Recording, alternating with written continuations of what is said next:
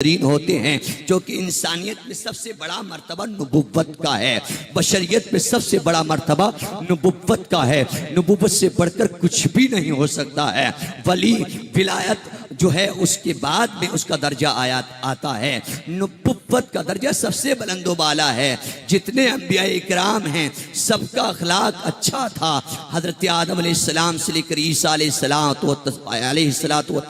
تک، اور حضرت عیسیٰ علیہ السلام کے بعد میں حضور اور صلی اللہ علیہ وسلم کے درمیان میں جو بیچ میں وقت ہے، جو ڈیورنگ ہے، جو وقت ہے، اس میں تقریباً 650 سال کا جو زمانہ ہے، جو عرصہ ہے، بیچ میں اخلاق بہت زیادہ لوگوں کا خراب ہو چکا تھا، بہت زیادہ بیکار ہو چکا تھا۔ لوگ خود غرضی میں اور برے افعال میں مبتلا ہو چکے تھے۔ تو ایسی صورت میں اخلاق کو دوبارہ سے زندہ کرنے کی ضرورت تھی، اور جو اخلاق انبیاء اکرام کا تھا وہی اخلاق لوگوں کے سامنے پیش کرنے کی ضرورت تھی، بلکہ اس اخلاق سے بھی بہتر جو اخلاق ہو سکتا ہے، جو ممکن تھا، انبیاء اکرام کے اخلاق میں بہتری کا ہونا، عمدگی کا ہونا، اچھائی کا ہونا، بھلائی کا ہونا، درستگی کا ہونا، عمدہ پن کا ہونا۔ اللہ تبارک و تعالیٰ نے حضور علیہ السلام کو ان تمام انبیاء کا اخلاق حسنہ، صفات طیبہ وہ سب عطا فرمائی ہیں، اور ان سے بھی بڑھ کر اللہ تبارک و تعالیٰ نے رسول صلی اللہ علیہ وسلم کے اخلاق کو بنایا ہے، اور ارشاد فرمایا حبیب علیہ الصلاۃ والتسلیم وَإِنَّكَ لَعَلَىٰ خُلُقٍ عَظِيمٍ، حبیب آپ کا اخلاق بہترین اخلاق ہے، آپ اخلاق کے اعلیٰ درجے پر فائز ہیں۔ غور کیجئے جس طرح سے حضور علیہ السلام کی دیگر صفات ہیں، علم کا ہونا، علم میں بھی حضور علیہ السلام لاجواب ہیں، اسی طرح سے حضور علیہ السلام کردار کے اعتبار سے، اخلاق حسنہ کے اعتبار سے بے مثل ہیں، بے مثال ہیں، بے نظیر ہیں، ان کی کوئی نظر نہیں، لا نظیر لہ ولا مثال لہ ولا مثیل لہ ولا ثانیہ لہ ولا جواب لہ فی اخلاقہ علیہ السلام۔ اسی طریقے سے حضور علیہ السلام کا کوئی جواب نہ آپ کے اخلاق میں ہے، نہ کردار میں ہے۔ حضور صلی اللہ علیہ وسلم اخلاقی اعتبار سے بھی لاجواب ہیں، آپ کی کوئی مثال نہیں، آپ اخلاق کے اعلیٰ درجے پر فائز ہیں۔ نعرہ تکبیر، نعرہ رسالت، جشن عید میلاد النبی، مسلک اعلیٰ حضرات، علماء اہل سنت، واہ واہ، زندہ باد۔ اللہ تعریف کر رہا ہے، آپ اخلاق کے اعلیٰ درجے پر فائز ہیں۔ حضور علیہ السلام اپنے وقت کو بہت اس کی قدر و قیمت فرماتے تھے، اس کو اہمیت دیا کرتے تھے، اپنے وقت کو ضائع نہ کیا کرتے تھے، فضول باتوں میں اور لغویات سے آپ بچتے تھے۔ جو باتیں بیکار کی ہیں، اس میں کوئی فائدہ نہیں ہے، اس سے آپ پرہیز کیا کرتے تھے۔ حضور صلی اللہ علیہ وسلم حیا کے اعتبار سے بھی بے مثل ہیں، بے مثال ہیں۔ حضور علیہ الصلوۃ والتسلیم آپ کا اخلاق یہ ہے، آپ صلی اللہ علیہ وسلم بڑوں کی تعظیم کرتے تھے، چھوٹوں پر شفقت فرماتے تھے۔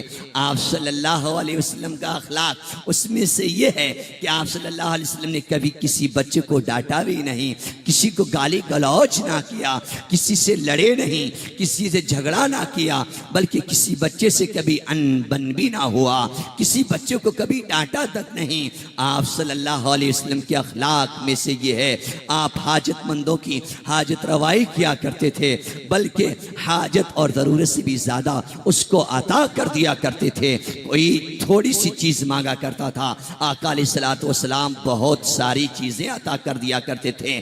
اعلیٰ حضرت عظیم البرکت شاہ امام احمد رضا خان فاضل بریلوی فرماتے ہیں، میرے کریم سے گر قطرہ کسی نے مانگا، میرے کریم سے گر قطرہ کسی نے مانگا، دریا بہا دیے ہیں، دربے بہا دیے ہیں۔ حضور علیہ السلام کے اخلاق حسنہ میں سے یہ ہے، آپ یتیموں پر شفقت کرتے تھے، غریبوں سے محبت کیا کرتے تھے، اور آپ بیواؤں پر شفقت کیا کرتے تھے۔ جس کا کوئی سہارا نہیں ہے اس کا سہارا ہمارے آقا بنا کرتے تھے۔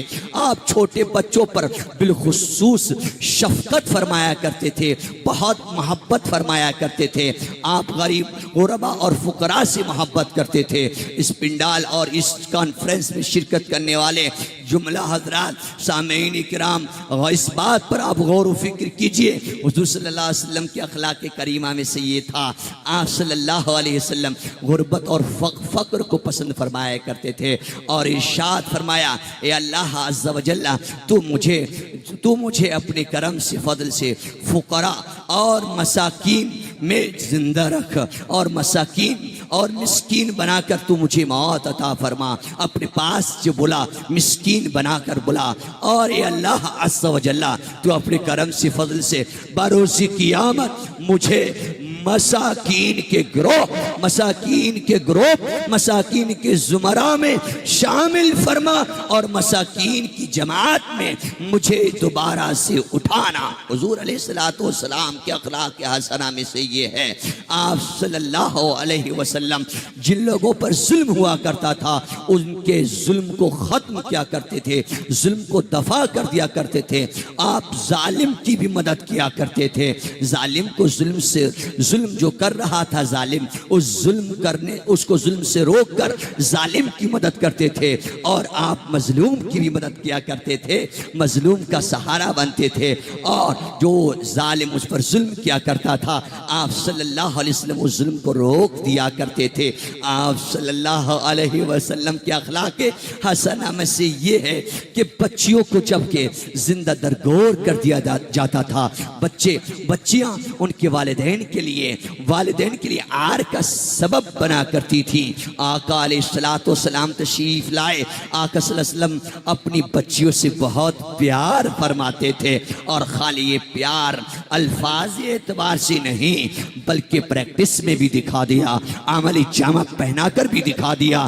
تو ارشاد فرمایا، یہ بچیاں جو جس پر ظلم ہوتا ہے نا، یہ ظلم نہ ہونا چاہیے۔ ارشاد فرمایا آقا علیہ السلام نے، فاطمہ میرے جگر کا ٹکڑا ہے۔ ایک دوسری حدیث پاک نے ارشاد فرمایا، اے وہ لوگوں جن کی یہاں بچیاں پیدا ہوتی ہیں، بچوں کی پیدائش پر غمگین نہ ہو، ان کو ہلکا نہ جانو بلکہ ان کی عزت کرو۔ ارشاد فرماتے ہیں بچیوں سے نفرت نہ کرو بلکہ ان سے محبت کرو، اور میں بھی بچیوں کا والد ہوں۔ ارشاد فرمایا دوسری حدیث پاک میں، آقا علیہ السلام نے جس کی یہاں 3 بیٹیاں پیدا ہوئیں، اور اس نے ان بچیوں کی پرورش اور تعلیم و تربیت ٹھیک جگہ سے کرائی، یہاں تک کہ حق کو ادا کر دیا، اس کی شادی کر دی۔ اللہ پاک اس اچھے عمل کی وجہ سے اس کو جنت میں داخل کرے گا۔ صحابہ اکرام نے عرض کیا اگر 2 بچیاں ہو، آقا ارشاد فرماتے ہیں تب بھی جنت میں داخل فرمائے گا۔ پھر کوشچن کیا یا رسول اللہ اگر 1 بیٹی ہو، ارشاد فرماتے ہیں اگر 1 بیٹی ہو تب اس کی بھی تعلیم ٹھیک سے کرے، قرآن کریم کو ٹھیک سے پڑھائے، تعلیم ٹھیک سے دے، قرآن کریم کو صحیح سے سمجھ کر وہ اس کی بچی پڑھنے لگے، اور تربیت مصطفیٰ علیہ السلام کی جیسی ہو تو اللہ تبارک و تعالی اس کو بھی جنت میں داخل فرمائے گا۔ ایک حدیث شریف میں آقا علیہ الصلوۃ والتسلیم ارشاد فرماتے ہیں وہ لوگ خوش نصیب ہیں جن کی یہاں پہلی بیٹی ہوتی ہے، اور وہ والدہ خوش نصیب ہے جس کی یہاں پہلی بچی پیدا ہوتی ہے، اس کی یہاں رحمت کے فرشتے نازل ہوتے ہیں اور اس کے لیے دعائیں خیر کرتے ہیں۔ ایک اور حدیث شریف میں آقا علیہ السلام ارشاد فرماتے ہیں، حضرت عائشہ صدیقہ رضی اللہ تعالی عنہا اس حدیث پاک کی رپورٹر ہیں، امام بخاری نے بھی اس حدیث پاک کو روایت کیا ہے، امام مسلم نے بھی اس حدیث پاک کو روایت کیا ہے۔ ارشاد فرماتی حضرت عائشہ رضی اللہ تعالی عنہا کہ ایک خاتون میرے یہاں پر آتی ہیں، اور آ کر انہوں نے سوال کیا، میں نے ان کو 3 کھجوریں دیں۔ اس خاتون نے 2 کھجوروں کو اپنی دونوں بیٹیوں کو دے دیا، ایک اس بیٹی کو دیا اور ایک دوسری بیٹی کو دیا، ایک کھجور رہی ہے باقی۔ ان بچیوں نے دونوں کھجوروں کو کھا لیا۔ اس کے بعد ایک کھجور جو باقی رہی، بچیوں نے کہا یا والدہ، اے میری والدہ مجھے یہ بھی دے دیجئے نا۔ اس خاتون نے خود نہ کھایا بلکہ اس کھجور کے دو ٹکڑے کیا، ایک کاش جو ہے، ایک ٹکڑا جو ہے اپنی ایک بیٹی کو دیا، دوسرا دوسری بیٹی کو دیا، خود کچھ بھی نہ کھایا۔ حضرت حضور صلی اللہ علیہ وسلم کی بارگاہ تک یہ بات پہنچتی ہے۔ حضرت عائشہ صدیقہ رضی اللہ تبارک تعالی عنہا ارشاد فرماتی ہیں کہ جب رسول صلی اللہ علیہ وسلم تشریف لائے، آپ کو پورا واقعہ ذکر کیا گیا تو آقا صلی اللہ علیہ وسلم نے ارشاد فرمایا، وہ خاتون اور وہ انسان جو کہ اپنے بیٹیوں کی پرورش میں مشکلات کا سامنا کرے تو اللہ تبارک و تعالی بروز قیامت یہ مشکل میں مبتلا ہونا، آزمائش میں مبتلا ہونا، یہ ہے اس مومنہ کے لیے، ان والدین کے لیے جہنم سے پردہ بنا دے گا، جہنم سے ڈھال بنا دے گا۔ جب جہنم سے ڈھال بن جائے گا تو یہ انسان اللہ کے کرم سے جنت میں داخل ہو جائے گا۔ ارشاد فرماتے ہو حضور علیہ الصلوۃ والتسلیم، اے لوگوں تم بچیوں سے نفرت نہ کرو بلکہ ان سے محبت کرو۔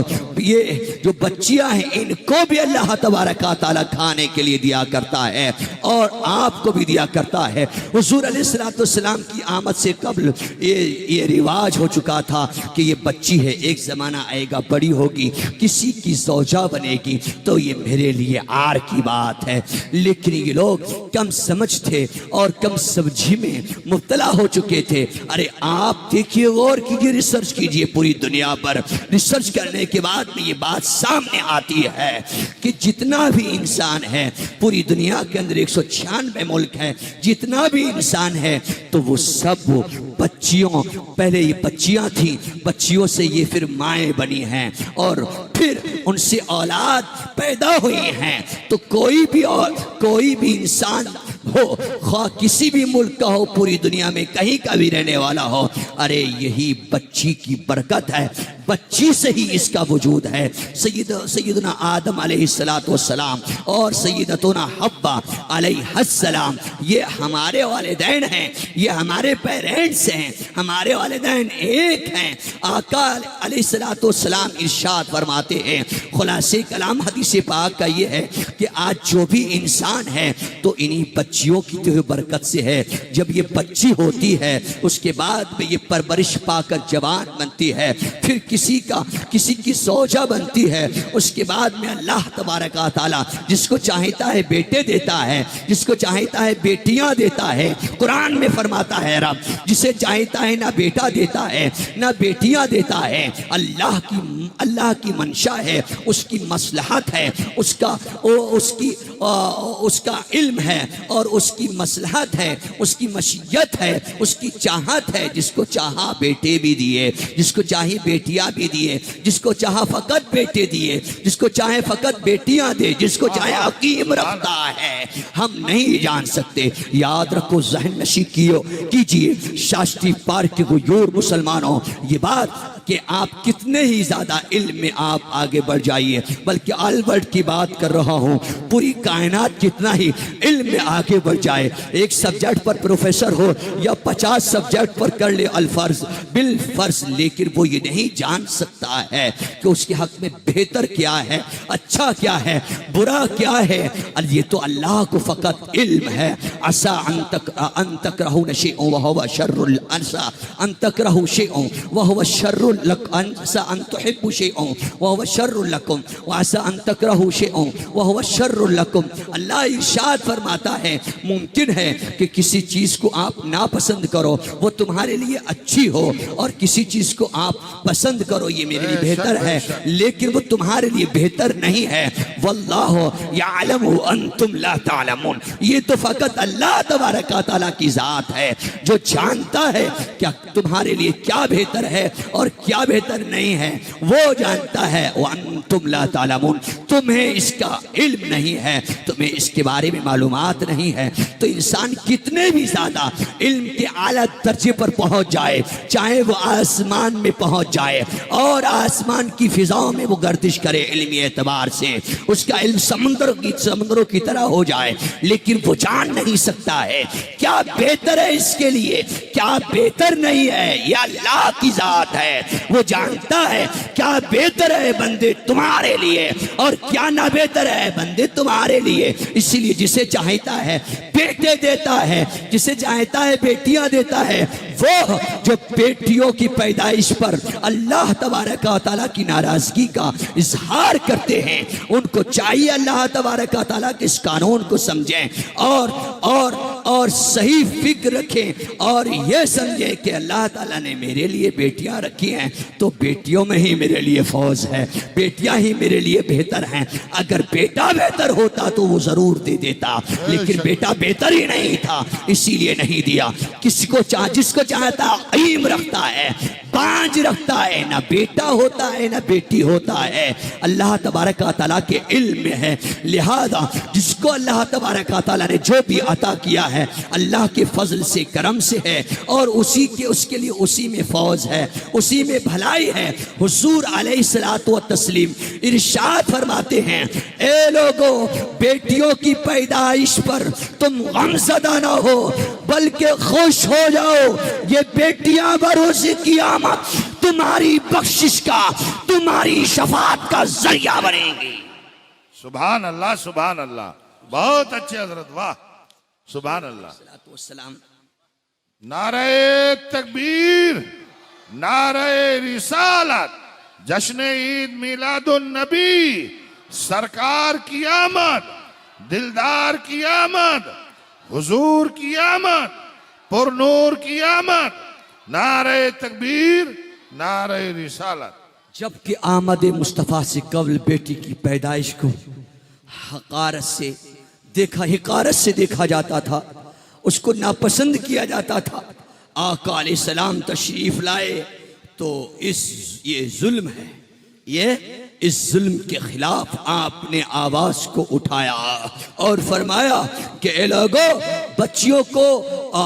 بچیوں کی پیدائش کو اور بچیوں کو زندہ درگور نہ کرو، بلکہ فرمایا میں بیٹیوں کا والد ہوں، بیٹیوں سے محبت کرتا ہوں، تم بھی بیٹیوں سے محبت کرو۔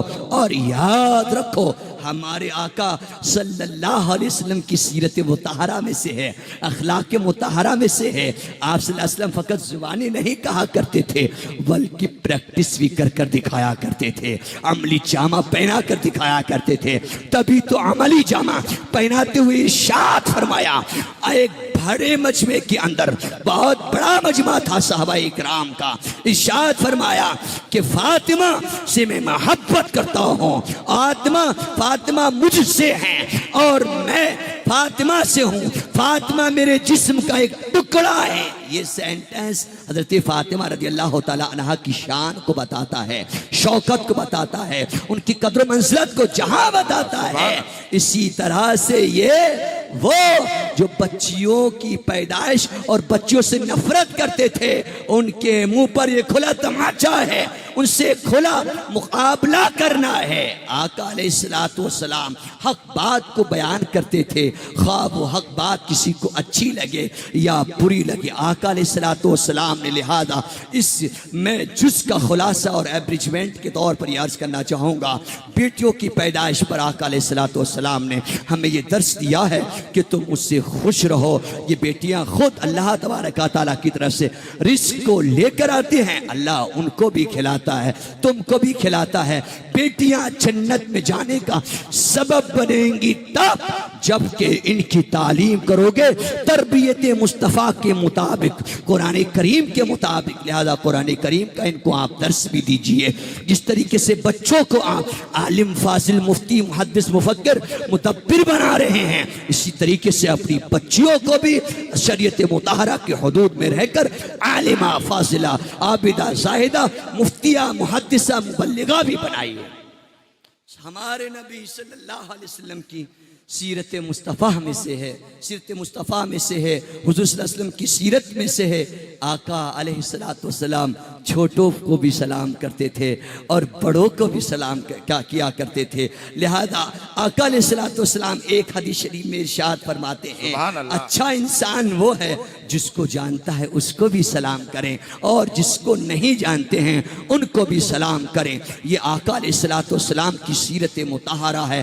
جو ظلم و ستم ہو رہا تھا بچیوں پر، عورتوں پر، آقا علیہ السلام نے اس کو ختم کیا، اور فقط ختم ہی نہ کیا بلکہ ان کے درجات کو اتنا بلند کر دیا، اتنے ان کے فضائل کو بیان کیا، عورت کی فضیلت کو اتنا بیان کیا۔ عورت ظاہر بات ہے پہلے بچی ہوتی ہے، آقا ارشاد فرماتے ہیں کہ یہ جب بچی ہے تو یہ اپنے والدین کی شفاعت کا ذریعہ ہے۔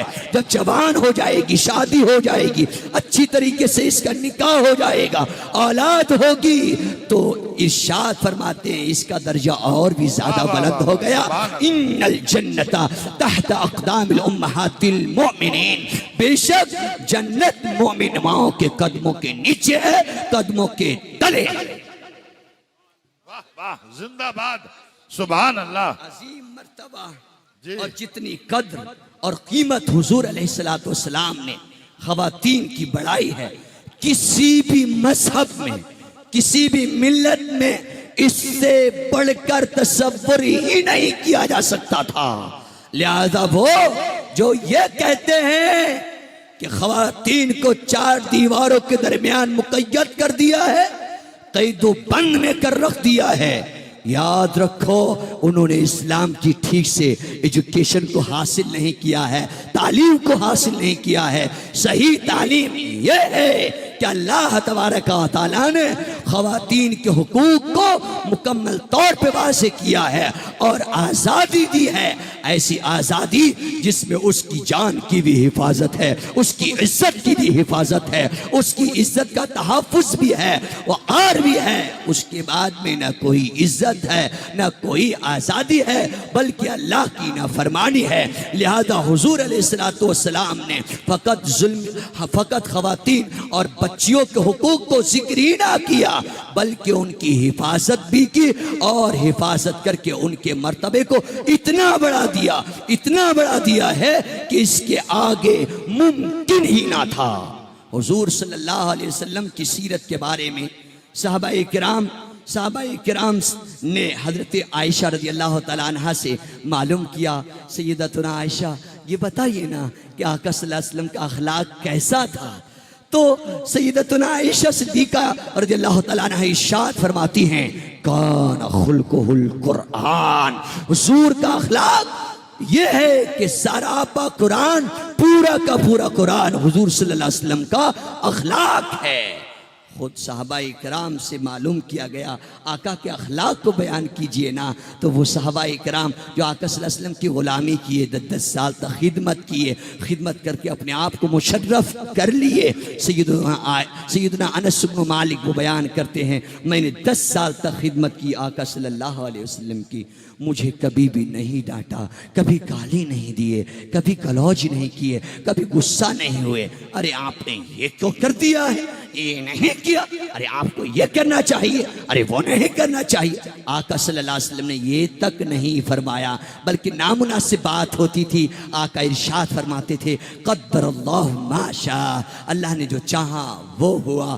اور دوسرے صحابی حضرت حسان بن ثابت رضی اللہ تعالیٰ عنہ وہ بیان کرتے ہیں آقا علیہ السلام کے اخلاق حسنہ کو، تو یہ ارشاد فرماتے ہیں، وَأَحْسَنَ مِنْكَ لَمْ تَرَ قَطُّ عَيْنِي وَأَجْمَلَ مِنْكَ لَمْ تَلِدِ النِّسَاءُ خُلِقْتَ مُبَرَّعًا مِنْ كُلِّ عَيْبٍ كَأَنَّكَ قَدْ خُلِقْتَ كَمَا تَشَاءُ۔ آقا صلی اللہ علیہ وسلم آپ سے زیادہ حسین و جمیل کبھی میری آنکھوں نے نہیں دیکھا۔ سبحان اللہ، سبحان اللہ۔ خوبصورت پوری کائنات میں کسی خاتون نے، عورت نے جنا ہی نہیں۔ آپ کو تو اللہ تبارک و تعالیٰ نے اس طور پر پیدا کیا ہے، ہر گناہ سے دور کر کے، صاف کر کے، آپ کو نقی کر کے، صاف و مصفہ کر کے، صاف و شفاف کر کے کے ہر گناہ سے ظاہری اور باطنی، ہر طریقے کے گناہوں سے، ہر طریقے کی کمی سے، نقص سے حبیب آپ کو پاک کر کے اللہ نے پیدا کیا ہے۔ کأنک قد خلقت کما تشاء، آپ کو تو ایسے پیدا کیا گیا ہے جیسے کہ آپ چاہتے تھے۔ واہ واہ، سبحان اللہ سبحان اللہ، بہت اچھے۔ امام بصیری رضی اللہ تعالیٰ عنہ وہ ارشاد فرماتے ہیں، محمد سید الکونین والثقلین والفریقین من عرب و من عجم۔ آقا علیہ السلام ساری کائنات کے بادشاہ ہیں، عرب کے بھی بادشاہ آپ ہیں، عجم کے بھی بادشاہ آپ ہیں، جنہ ان پر آپ کی سلطنت ہے اور بادشاہت چلتی ہے۔ اور اسی سیرت مصطفیٰ صلی اللہ علیہ وسلم کی تصویر کشی کرتے ہوئے میرے امام احمد رضا خان فاضل بریلوی مجدد اسلام والمسلمین فرماتے ہیں، تیرے خلق کو حق نے عظیم کہا، تیری خلق کو رب نے جمیل کیا، کوئی تجھ سا ہوا ہے نہ ہوگا شہا، تیرے خالق کے حسن و ادا کی قسم۔ نعرہ تکبیر، نعرہ رسالت، یا رسول اللہ، عظمت سرکار، زندہ باد، عظمت سرکار، زندہ باد، نعرہ تکبیر، اللہ اکبر، نعرہ رسالت۔ یا رسول اللہ۔ آقا علیہ الصلوۃ والتسلیم کی طرح کوئی آیا ہی نہیں، اللہ نے کسی کو پیدا نہ کیا، اہل سنت والجماعت کا عقیدہ، اور نہ ہی قیامت تک اللہ آپ کی طرح کسی کو پیدا فرمائے گا۔ لم یاتی نذیر کفی نظر مثل تو نشد پیدا جانا، جگراج کو تاج ترے سرسو ہے تجھ کو شہید و سرا جانا۔ آقا علیہ السلام لاجواب ہیں، آپ کی طرح دنیا میں نہ کوئی آیا تھا نہ قیامت تک آ سکے گا، آپ ممتاز ہیں ہر اعتبار سے۔ نعرہ تکبیر، نعرہ رسالت، علماء اہل سنت، مسلک اعلی حضرات، حضرت علامہ مفتی شاکر صاحب قبلہ ممبئی، زندہ باد، حضرت علامہ مفتی شاکر صاحب قبلہ ممبئی، زندہ باد، حضرت علامہ سید مفتی شاکر صاحب قبلہ ممبئی۔ زندہ باد، نعرہ تکبیر، اللہ اکبر، نعرہ رسالت، یا رسول اللہ، جشن عید میلاد النبی، زندہ باد، مسلک اعلی حضرات، زندہ باد، علماء اہل سنت، زندہ باد، حضرت علامہ مفتی شاکر علی صاحب قبلہ ممبئی۔ زندہ باد، نعرہ تکبیر، اللہ اکبر، نعرہ رسالت۔ یا رسول اللہ۔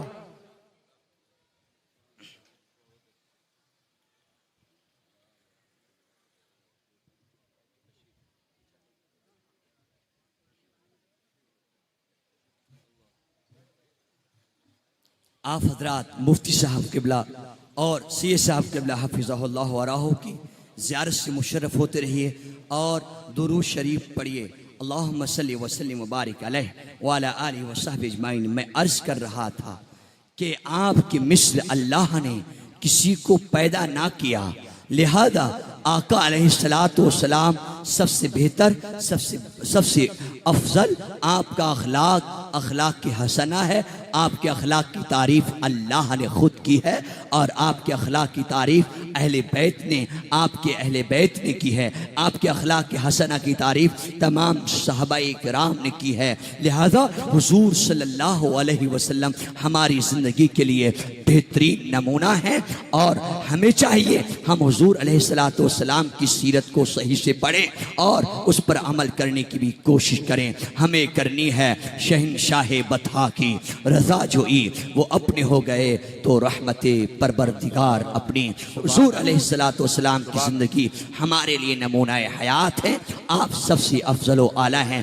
تربیت حضور صلی اللہ علیہ وسلم نے ہم کو یہ دی ہے، تربیت میں سے ایک بات یہ ہے کہ واللہ لا یومن، واللہ لا یومن، واللہ لا یومن، خدا کی قسم وہ مومن نہیں ہوگا، خدا کی قسم وہ مومن نہیں ہوگا، خدا کی قسم وہ مومن نہیں ہوگا۔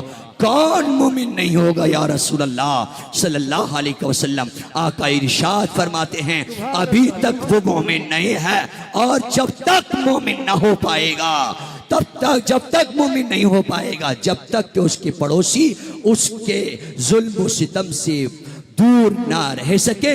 لہذا سیرت مصطفیٰ میں سے یہ ہے اور تربیت مصطفیٰ صلی اللہ علیہ وسلم میں سے یہ ہے کہ اپنے پڑوسیوں پر ظلم نہ کرو. وہ جو پڑوسی پر ظلم کرے حقیقت میں صحیح معنوں میں مومن کامل نہیں ہو سکتا ہے. لہذا اپنے پڑوسیوں پر آپ رحمت کیجئے، شفقت کیجئے. اور جو غریب غربا فقراء ہیں، آقا صلی اللہ علیہ وسلم کی سیرت ہے، کیا سیرت مصطفیٰ میں سے ہے، اخلاق مصطفیٰ میں سے، ان پر آپ شفقت و رحمت کیجئے. اللہ اور اسی میں فوز و فلاح اور دونوں جہاں کی کامیابی ہے. سیرت مصطفیٰ صلی اللہ علیہ وسلم کا خود بھی مطالعہ کیجئے. اللہ تبارک تعالیٰ کی بارگاہ میں دعا ہے ہم سب کو مزید سیرت مصطفیٰ، اخلاق مصطفیٰ پڑھنے اور پڑھ کر عمل کرنے کی توفیق عطا فرمائے. وَإِنَّكَ لَعَلَىٰ خُلُقٍ عَظِيمٍ وَإِنَّمَا بُعِثْتُ لِأُتَمِّمَ مَكَارِمَ الْأَخْلَاقِ. اور مجھے بھیجا گیا ہے. کیوں بھیجا گیا؟ تاکہ میں اخلاق کو کمپلیٹ کروں. ایک نقطہ بہترین اور میں اپنی بات کو ختم کرتا ہوں. بھیجا کسے جاتا ہے؟ جو پہلے سے موجود ہوتا ہے. حضور صلی اللہ علیہ وسلم کے لیے آقا صلی اللہ علیہ وسلم کو بھیجا گیا ہے چونکہ آپ پہلے سے موجود تھے. حضرت آدم علیہ السلام ابھی مٹی کے درمیان، خمیرے کے درمیان میں تھے. خمیرے کے درمیان تھے. آقا علیہ السلام مٹی اور پانی کے درمیان میں تھے. اس سے 50,000 سال پہلے اللہ نے اپنے حبیب صلی اللہ علیہ وسلم کے نور کو پیدا فرما دیا تھا. انما بعثت لأتمم مکارم الاخلاق. حبیب صلی اللہ علیہ وسلم ارشاد فرماتے ہیں جزی نیست کہ مجھے بھیجا گیا ہے تاکہ میں اخلاق کو مکمل کر سکوں. کہ محمد سے وفاتو نے تو ہم تیرے ہیں. یہ جہاں چیز ہے کیا، لوح و قلم تیرے ہیں. اللہ کی سرتابہ قدم شان ہے یہ. انسان ہی انسان وہ انسان ہے یہ. قرآن تو ایمان بتاتا ہے انہیں، ایمان یہ کہتا ہے میری جان ہے یہ. استغفر اللہ لی ولکم والسلام علیکم ورحمۃ اللہ وبرکاتہ. وعلیکم السلام.